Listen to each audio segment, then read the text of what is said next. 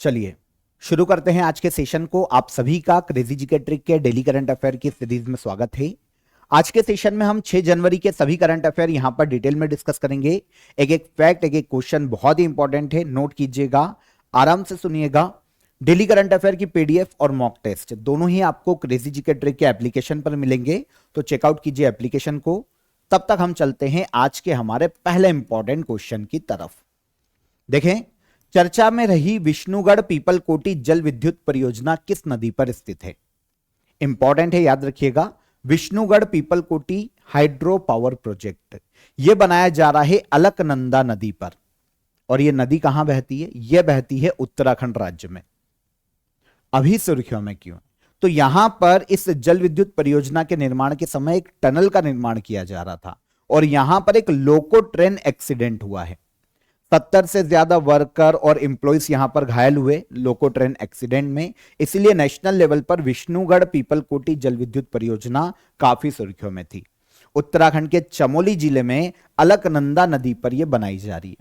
इसकी टोटल विद्युत उत्पादन क्षमता 444 मेगावाट होगी। वर्ल्ड बैंक भी इसको बनाने में मदद कर रहा है और इसकी टोटल कॉस्ट आएगी 83 करोड़ रुपए।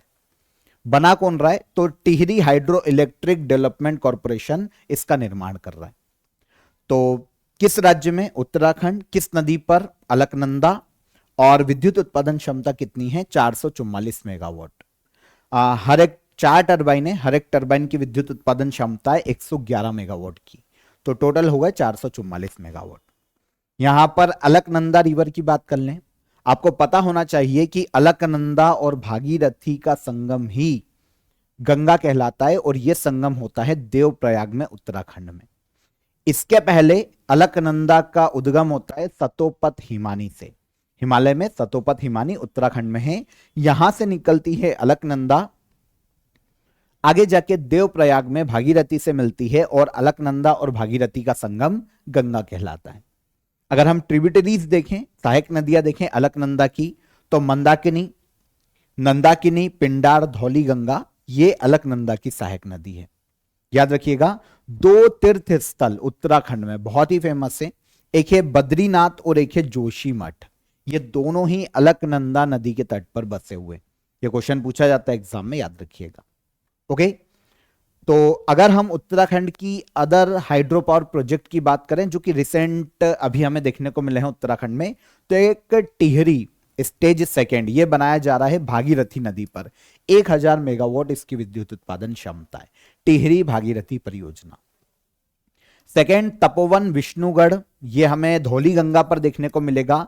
520 मेगावाट का हाइड्रो पावर प्रोजेक्ट है उत्तराखंड में। फिर एक विष्णुगढ़ पीपलकोटी जिसकी अभी हमने बात की अलकनंदा पर, 444 मेगावाट। एक है सिंगोली भटवारी, ओके, ये मंदाकिनी नदी पर देखने को मिलेगा, 99 मेगावाट इसकी विद्युत उत्पादन क्षमता है। और काली गंगा सेकेंड, ये हमें देखने को मिलेगा 6 मेगावाट का, काली गंगा नदी पर उत्तराखंड राज्य में। तो इन सभी को याद रखिएगा, इंपॉर्टेंट है, पूछे जा सकते हैं। अगला क्वेश्चन, वेनेजुएला की अंतरिम प्रेसिडेंट के रूप में किसने कार्यभार संभाला है? वेनेजुएला वर्ल्ड न्यूज में काफी सुर्खियों में, और आपको कारण पता है, अमेरिका ने एक मिलिट्री ऑपरेशन चलाया है वेनेजुएला के खिलाफ और वेनेजुएला के जो प्रेसिडेंट थे ना, उनको पकड़कर अमेरिका लेके चले गए हैं। अभी वेनेजुएला के अंतरिम प्रेसिडेंट के रूप में इसके बाद अपॉइंट किया गया है, यह है डेल्सी रॉड्रिग्स। आंसर हो जाएगा आंसर डी। अब क्वेश्चन आता है कि अमेरिका ने कौन सा ऑपरेशन चलाया वेनेजुएला के खिलाफ? तो वेनेजुएला के खिलाफ जो ऑपरेशन अमेरिका ने चलाया, मिलिट्री ऑपरेशन, इसका नाम है एब्सोल्यूट रिजॉल्व। ये याद रखिएगा, एग्जाम में पूछा जा सकता है। वेनेजुएला के प्रेसिडेंट निकोलस मादुरो थे। अब हुआ क्या, देखिए कारण क्या है, ये क्वेश्चन आ सकता है आपके दिमाग में, आपने सुना भी होगा कि कारण क्या है। तो अमेरिका ने इसका कारण दिया है कि काफी सारे इलीगल ड्रग्स हैं, ये सप्लाई किए जा रहे थे वेनेजुएला से मैक्सिको के रूट होते हुए यूएसए में। तो इसीलिए अमेरिका ने कहा कि हमने इस पर मिलिट्री ऑपरेशन वेनेजुएला के खिलाफ चलाए। लेकिन एक्चुअल में देखा जाए ना, तो देखिए अमेरिका चाहता है कि उसके डॉलर का जो एक्सेप्टेंस है पूरे वर्ल्ड में बना रहे। जिस भी देश ने डॉलर के खिलाफ जाने की कोशिश की है ना, अमेरिका ने उस पर आक्रमण किया। एक्चुअल में ये अधिकतर ये जो सरकमस्टांसेस है ना, ये ऐसे देशों के खिलाफ देखने को मिले जो कि क्रूड ऑयल रिजर्व में बेस्ट थे। फॉर एग्जाम्पल, कभी सद्दाम हुसैन पर अमेरिका ने आक्रमण किया था, इराक का शासक था, तो सद्दाम हुसैन वहां पर क्रूड ऑयल का ट्रेड करना चाह रहा था यूरो में।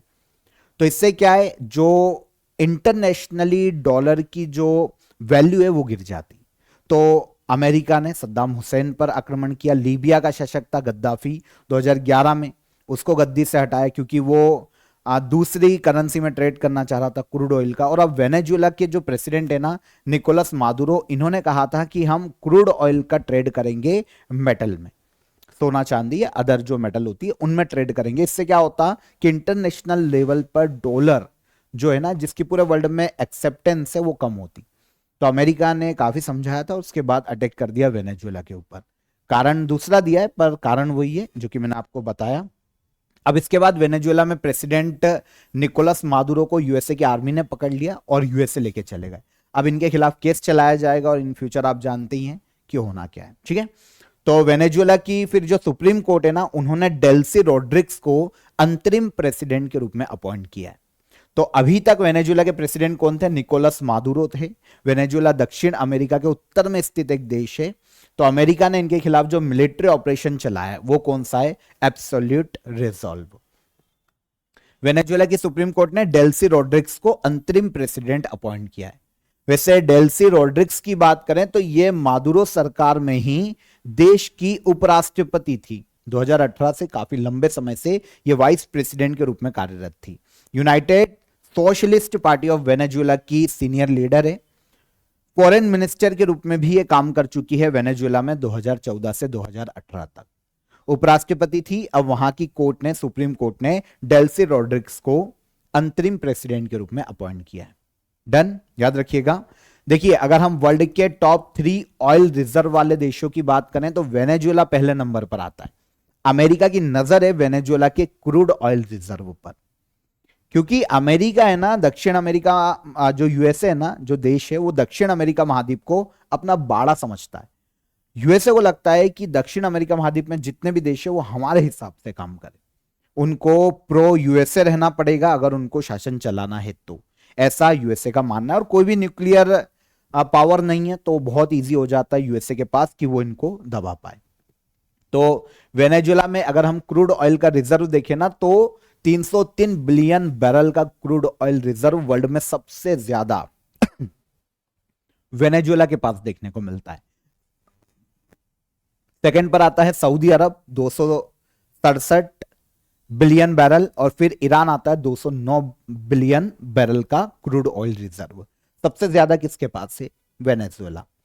वेनेजुएला दक्षिण अमेरिका महाद्वीप के उत्तर में एक देश है जिसकी कैपिटल है काराकस। तो जो अटैक किया था यूएसए ने वो काराकस कैपिटल पे ही किया था। ठीक है ना। वेनेजुएला की बाउंड्री 3 देशों से लगती है। पूर्व में गुयाना, दक्षिण में आते हैं ब्राजील, और पश्चिम में जाते हैं तो कोलंबिया इससे अपनी बाउंड्री शेयर करता है। तो यह है वेनेजुएला की नेबर कंट्रीज, याद रहेगा। आगे चलते हैं। टेनिस में 45 वर्ष की आयु में ऑस्ट्रेलिया ओपन के मुख्य ड्रॉ में खेलने वाली सबसे उम्र दराज महिला खिलाड़ी कौन बनेगी? अमेरिका में जनवरी में शुरू होगा अभी ऑस्ट्रेलियन ओपन। साल के 4 टेनिस ग्रैंड स्लैम टूर्नामेंट में सबसे पहला ऑस्ट्रेलिया ओपन है, और 45 साल की उम्र में ऑस्ट्रेलियन ओपन के मुख्य ड्रॉ में विमेंस कैटेगरी में खेलने वाली सबसे उम्र दराज महिला टेनिस खिलाड़ी बनने वाली है विनस विलियम्स। कहां की ये जानते हैं? यूएसए की है। यूएसए की टेनिस खिलाड़ी है, इनकी सिस्टर है सेरेना विलियम्स, ये भी बहुत ही फेमस टेनिस प्लेयर है। तो विनस विलियम्स 45 वर्ष की उम्र में ऑस्ट्रेलियन ओपन खेलेगी, और ऑस्ट्रेलियन ओपन में मुख्य ड्रॉ खेलने वाली अब ये सबसे उम्र दराज महिला बनने वाली है, क्योंकि अभी तक ये जो रिकॉर्ड है ना, जापान की किमिको डेट के नाम है। इनके रिकॉर्ड को ब्रेक करेगी, क्योंकि 2015 में ऑस्ट्रेलियन ओपन में जब जापान की किमिको ने खेला था तब ये 44 ईयर की इनकी एज थी, और अब 45 ईयर की एज है विनस विलियम्स की। वैसे यूएसए ओपन खेला था इन्होंने 2023 में विनस विलियम्स ने, और इसके बाद इन्होंने 2023 के बाद यूएसए के बाहर कोई भी टेनिस टूर्नामेंट नहीं खेला है। अब ऑस्ट्रेलियन ओपन में इनको वाइल्ड कार्ड एंट्री दी गई है, मतलब कुछ सीनियर खिलाड़ी को फैसिलिटी दी जाती है डायरेक्ट बिना जो स्टेप बाय स्टेप या किसी बोल सकते हैं कि जो तरीका होता है ऑस्ट्रेलियन ओपन खेलने का, जो एंट्री होती है, तो बिना उस प्रोसेस के डायरेक्ट वाइल्ड कार्ड एंट्री इनको दी गई है। तो अभी ये ऑस्ट्रेलियन ओपन 18 जनवरी से शुरू होने वाला है, इसमें खेलेगी विनस विलियम्स। ठीक है, यूएसए की टेनिस प्लेयर है, याद रखिएगा। समझ में आ गया वाइल्ड कार्ड एंट्री क्या होती है? एक स्पेशल एंट्री होती है जो रैंकिंग का क्राइटेरिया होता है खेलने के लिए, उसके अलावा कुछ सीनियर्स प्लेयर को ये फैसिलिटी दी जाती है और डायरेक्ट यहां पर आकर खेल सकते हैं। तो विनस विलियम्स खेलेगी ऑस्ट्रेलियन ओपन। देखिए साल में 4 ग्रैंड स्लैम सॉरी, साल में 4 ग्रैंड स्लैम टूर्नामेंट होते हैं, जैसा कि मैंने आपको बताया। अभी तो ऑस्ट्रेलियन ओपन शुरू होगा, तो लास्ट ईयर के मैं आपको चारों बता देता हूं विनर, मेंस और विमेंस कैटेगरी के। तो ऑस्ट्रेलियन ओपन जो पिछले साल हुआ था, ये सीरीज जो है ना इसी सीक्वेंस में खेली जाती है। सबसे पहले साल में होता है ऑस्ट्रेलियन ओपन, ठीक है, सबसे पहले होता है ऑस्ट्रेलियन ओपन, जनवरी में अभी शुरू होगा। फिर सेकंड नंबर पर होता है फ्रेंच ओपन, थर्ड पर होता है विंबलडन और फोर्थ पर होता है यूएस ओपन, सितंबर मंथ के आसपास। ये इसी सीक्वेंस में चलता है, ध्यान रखना है, सीक्वेंस पूछा जाता है। तो ऑस्ट्रेलियन ओपन में मेंस सिंगल का खिताब जीता था जेनिक सिनर ने, इटली के player. Women single medicine keys ने जीता, यूएसए की प्लेयर है। फ्रेंच ओपन कार्लोस अल्कराज ने जीता, स्पेन के प्लेयर हैं। विमेन सिंगल कोको गाफ ने जीता, यूएसए की प्लेयर। विंबलडन जेनिक सिनर ने जीता, इटली के प्लेयर। और विमेन्स कैटेगरी का इगा स्वेतेक ने जीता, पोलैंड के player. US open Carlos Alcaraz ने जीता, स्पेन के प्लेयर। और मेन सिंगल का है यूएस ओपन का, विमेन सिंगल का आरेना सबालेका ने जीता, बेलारूस की है, ये विमेन सिंगल की विनर थी। तो ये मेन सिंगल और ये इधर विमेन सिंगल, चारों की चारों कैटेगरी के, ठीक है। और ये एक हार्ड कोर्ट पर, एक क्ले कोर्ट पर, एक ग्रास कोर्ट पर और 2 हार्ड कोर्ट पर खेले जाते हैं, पहला और आखिरी वाला। और बाकी यहां पर एक बार पॉज करके देख लेना।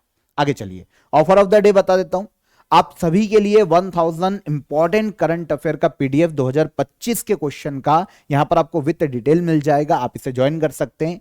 बायलिंगुअल ये आपके लिए अवेलेबल है, आप सभी को पता होना चाहिए। 200 इंपॉर्टेंट करंट अफेयर 2025 का अक्षय सर का आपके लिए वीडियो आ चुका है क्रेजी जी के ट्रिक के यूट्यूब प्लेटफॉर्म पर, तो आप उसे वॉच कीजिए। वो 200 इंपॉर्टेंट क्वेश्चन भी इसमें इंक्लूड है। आपको यहां पर 1000 इंपॉर्टेंट करंट अफेयर मिलेंगे 2025 के, एमसीक्यू विद डिटेल मिलेगा, तो आप इसे ज्वाइन कर सकते हैं। किसी भी एग्जाम में 2025 के यहां से करंट अफेयर आपके कवर हो जाएंगे और इससे बाहर कुछ नहीं जाएगा।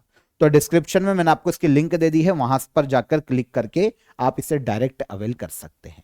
ओके, वीडियो भी वॉच कीजिए, आपके लिए क्रेजी जी के ट्रिक के यूट्यूब प्लेटफॉर्म पर आपको मिल जाएगा। चलिए आगे आते हैं। राष्ट्रीय बाघ संरक्षण प्राधिकरण के अनुसार वर्ष 2025 में भारत के किस राज्य में सबसे अधिक बाघों की मौत दर्ज की गई है? तो नेशनल टाइगर कंजर्वेशन अथॉरिटी का एक डेटा आया है जिसमें बताया गया है कि 2025 के साल में सबसे ज्यादा बाघों की मौत, टाइगर डेथ रिकॉर्ड की गई है मध्य प्रदेश राज्य में, सबसे ज्यादा। अब यहां पर इंटरेस्टिंग यह है कि सबसे ज्यादा टाइगर भी पूरे इंडिया में एमपी में ही है, और सबसे ज्यादा 2025 में जो टाइगर डेथ हुई है वो भी एमपी में ही हुई है। नेशनल टाइगर कंजर्वेशन अथॉरिटी के अनुसार 2025 में 166 टाइगर की डेथ हुई पूरे इंडिया में। इनमें सबसे ज्यादा टाइगर की डेथ देखने को मिली है मध्य प्रदेश राज्य में, 55 टाइगर मरे हैं एमपी में 2025 में। एमपी में भी अगर पर्टिकुलर टाइगर रिजर्व देखें कि कहां पर सबसे ज्यादा डेथ हुई, तो यह बांधवगढ़ टाइगर रिजर्व में सबसे ज्यादा डेथ दर्ज की गई है एमपी में। और पूरे देश में एमपी में सबसे ज्यादा टाइगर मरे 55। ठीक है, आप देखिए मध्य प्रदेश में सबसे ज्यादा, टाइगर स्टेट भी हमें, क्योंकि सबसे ज्यादा टाइगर स्टेट भी मध्य प्रदेश है, क्योंकि सबसे ज्यादा टाइगर एमपी में पाए जाते हैं। सबसे ज्यादा डेथ भी देखने को मिली। सेकंड पर महाराष्ट्र आता है, 38 टाइगर यहां पर मरे। और केरला तीसरे पर आता है, 13 टाइगर की मौत हुई है केरला में। भारत में दुनिया के लगभग 75% टाइगर पॉपुलेशन इंडिया में पाई जाती है, उसमें भी सबसे ज्यादा टाइगर मध्य प्रदेश में। ठीक है, देखो 4 साल में टाइगर की गणना होती है। आखिरी जो डेटा था 2022 का था। गणना यही सेम संस्था करती है, नेशनल टाइगर कंजर्वेशन अथॉरिटी। अब 2026 की गणना शुरू हो चुकी है।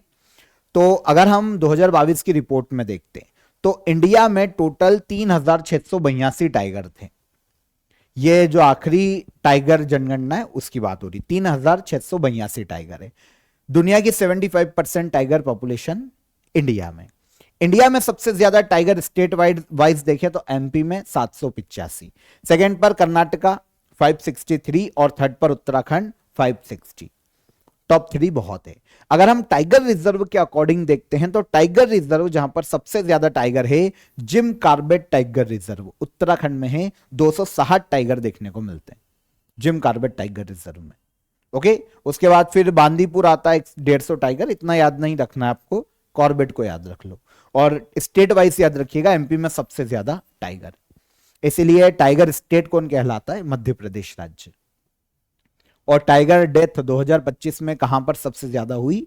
तो यह भी मध्य प्रदेश राज्य में हुई है। नेशनल टाइगर कंजर्वेशन अथॉरिटी एक स्टेचुरी बॉडी है, भारत में टाइगर प्रोटेक्शन के लिए, कंजर्वेशन के लिए काम करती है।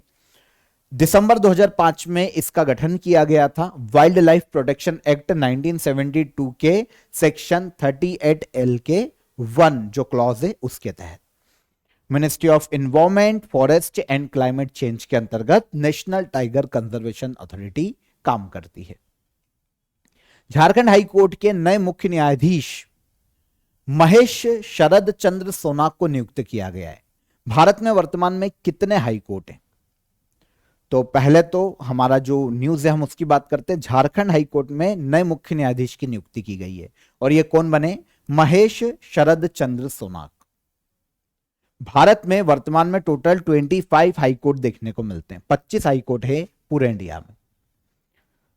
तो महेश शरद चंद्र सोनाक झारखंड हाई कोर्ट के चीफ जस्टिस बने। एक्चुअल में अभी सेंट्रल गवर्नमेंट ने इनको मंजूरी दी है। देखिए, अभी झारखंड हाई कोर्ट के चीफ जस्टिस के रूप में काम कर रहे हैं तारलोक सिंह चौहान। 62 वर्ष की आयु में अभी इनका रिटायरमेंट हो जाएगा 8 जनवरी को, और झारखंड के नए मुख्य न्यायाधीश बन जाएंगे कौन? महेश शरद चंद्र सोनाक। ओके, अभी ये बॉम्बे हाई कोर्ट में जज के रूप में कार्यरत है महेश सोनाक, और अब ये झारखंड हाई कोर्ट के चीफ जस्टिस बनेंगे। पूरे इंडिया में यहां पर हाई कोर्ट की बात हो रही है तो 25 हाई कोर्ट है, 25 हाई कोर्ट है। सबसे पहला हाई कोर्ट देखने को मिलता है कोलकाता हाई कोर्ट 1862 में। यह इंडिया का पहला हाई कोर्ट था। इस वक्त अंग्रेजों के शासनकाल में high court of India act लाया गया था 1861 में, और इसी के तहत इंडिया का पहला high court Kolkata high court को बनाया गया। पहले ये सुप्रीम कोर्ट भी था, सुप्रीम कोर्ट था कोलकाता में सुप्रीम कोर्ट था, सुप्रीम कोर्ट को खत्म किया गया और फिर हाई कोर्ट बनाया गया। तो ये पहला हाई कोर्ट बना। इसी साल में 2 और हाई कोर्ट बनते हैं कोलकाता के बाद में।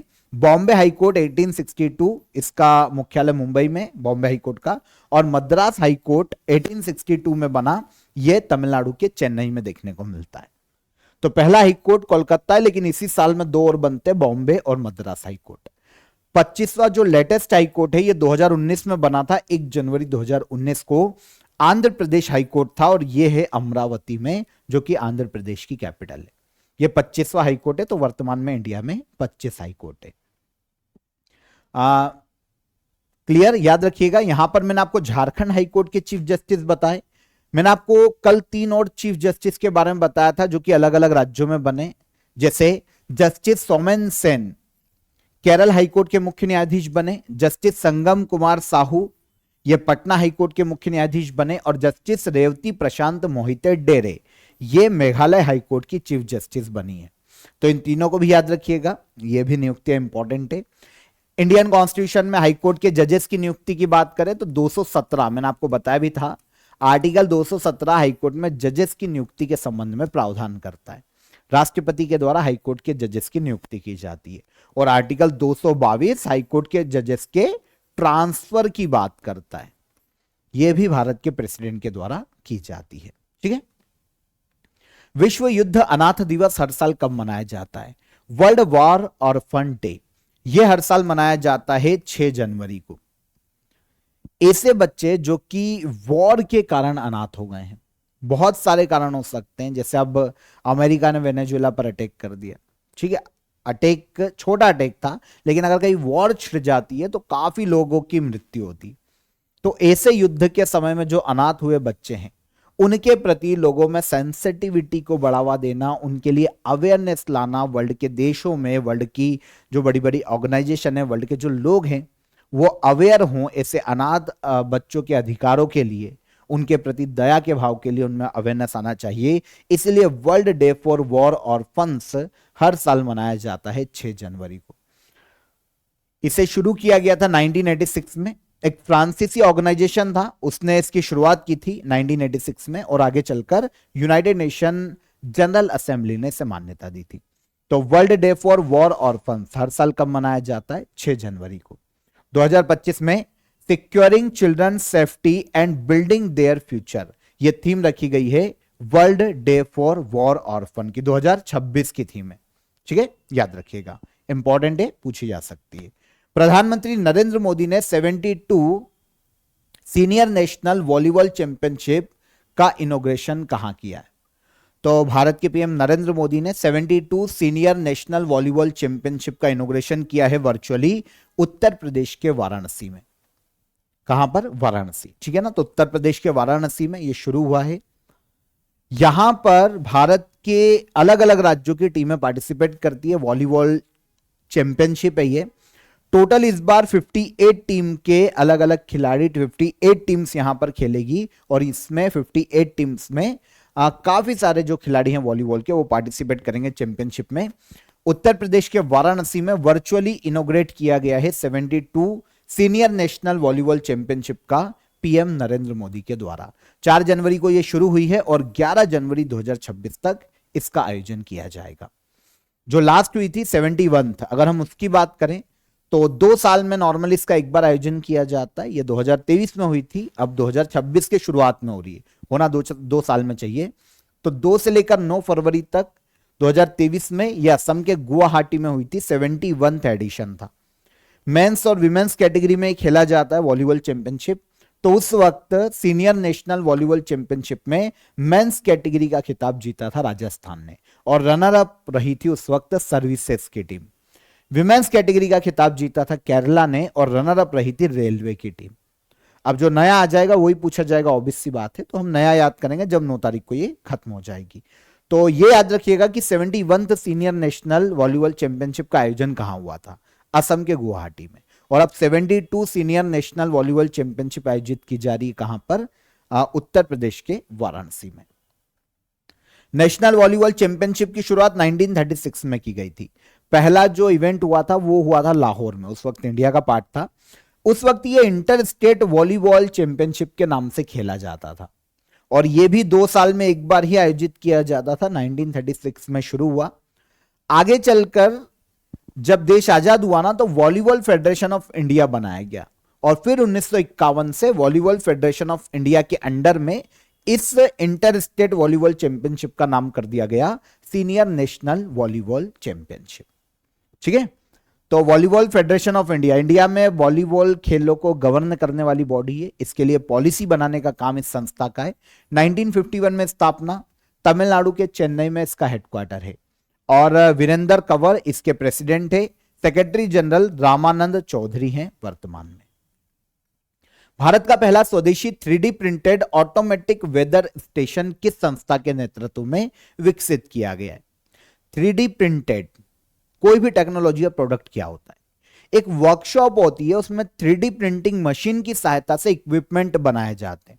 जैसे कोई घर बनाया जाना है तो उसकी दीवार पर्टिकुलर सब 3D प्रिंटिंग मशीन की मदद से एक वर्कशॉप में बनाई जाती है और उसे एक जगह पर ले जाकर असेंबल कर दिया जाता है।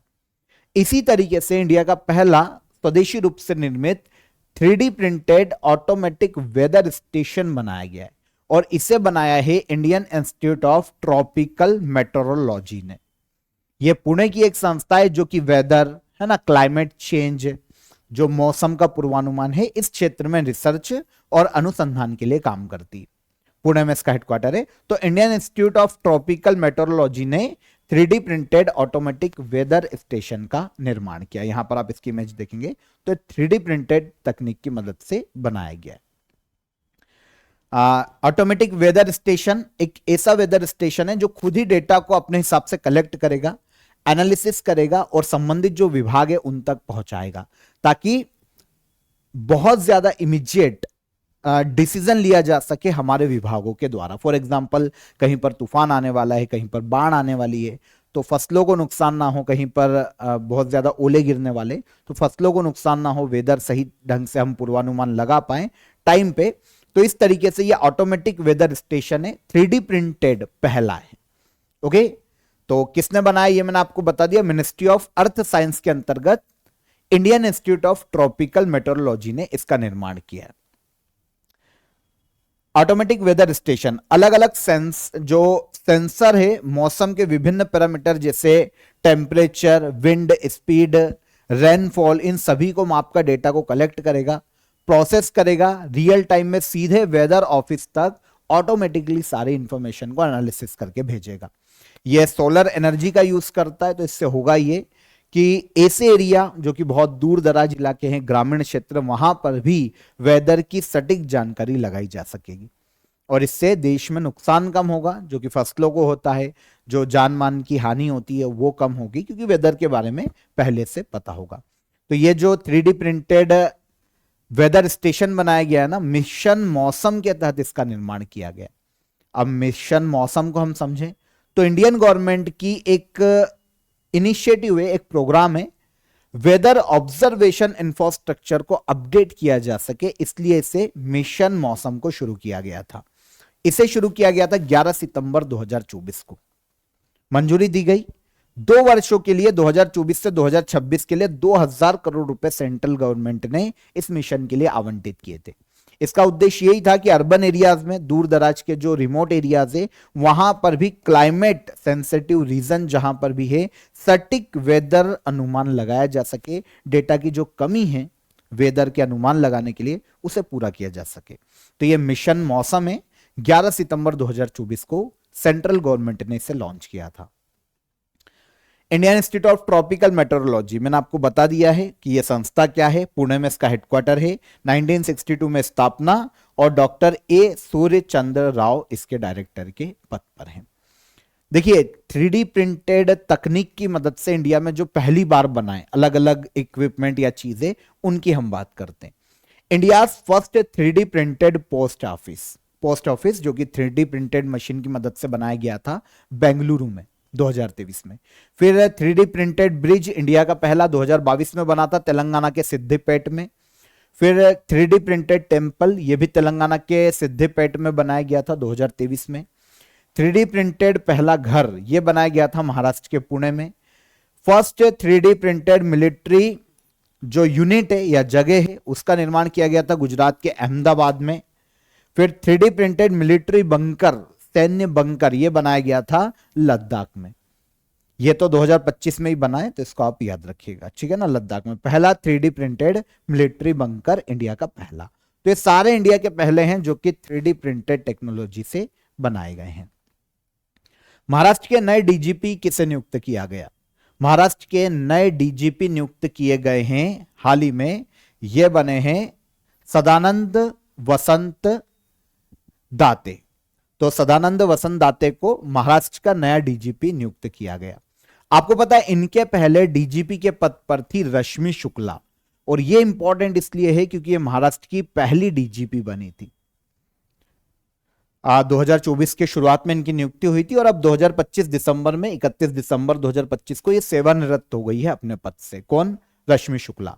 इनके स्थान पर महाराष्ट्र के नए डीजीपी बनाए गए हैं सदानंद वसंत दाते। ओके, तो डायरेक्टर जनरल ऑफ पुलिस से डीजीपी।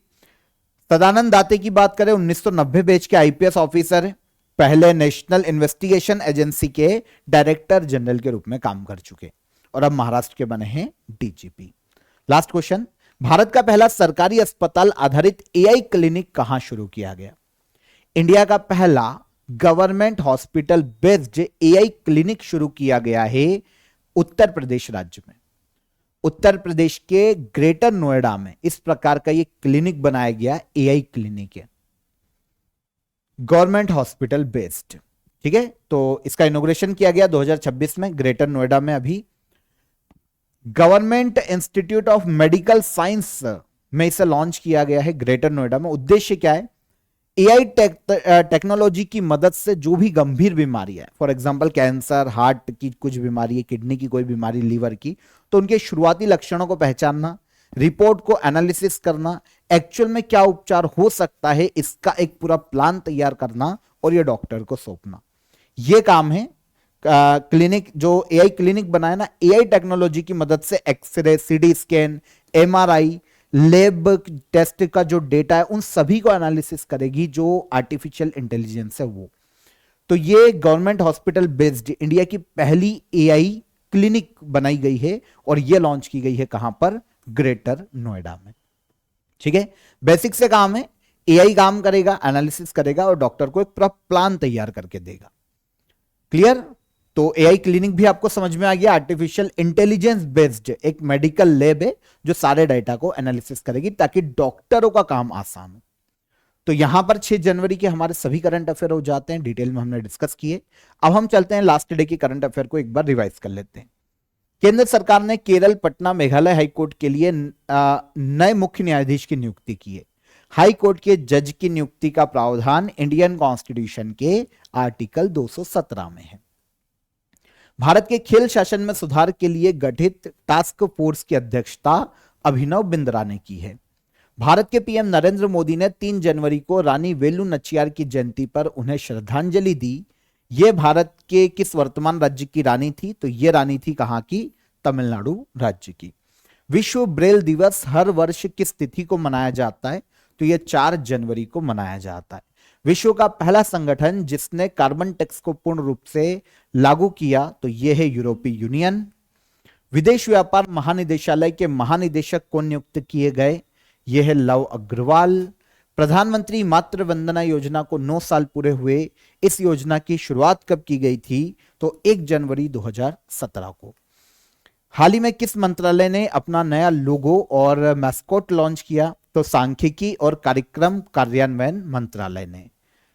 भारतीय वायुसेना के उप प्रमुख के रूप में किसने कार्यभार संभाला है? तो यह है एयर मार्शल नागेश कपूर।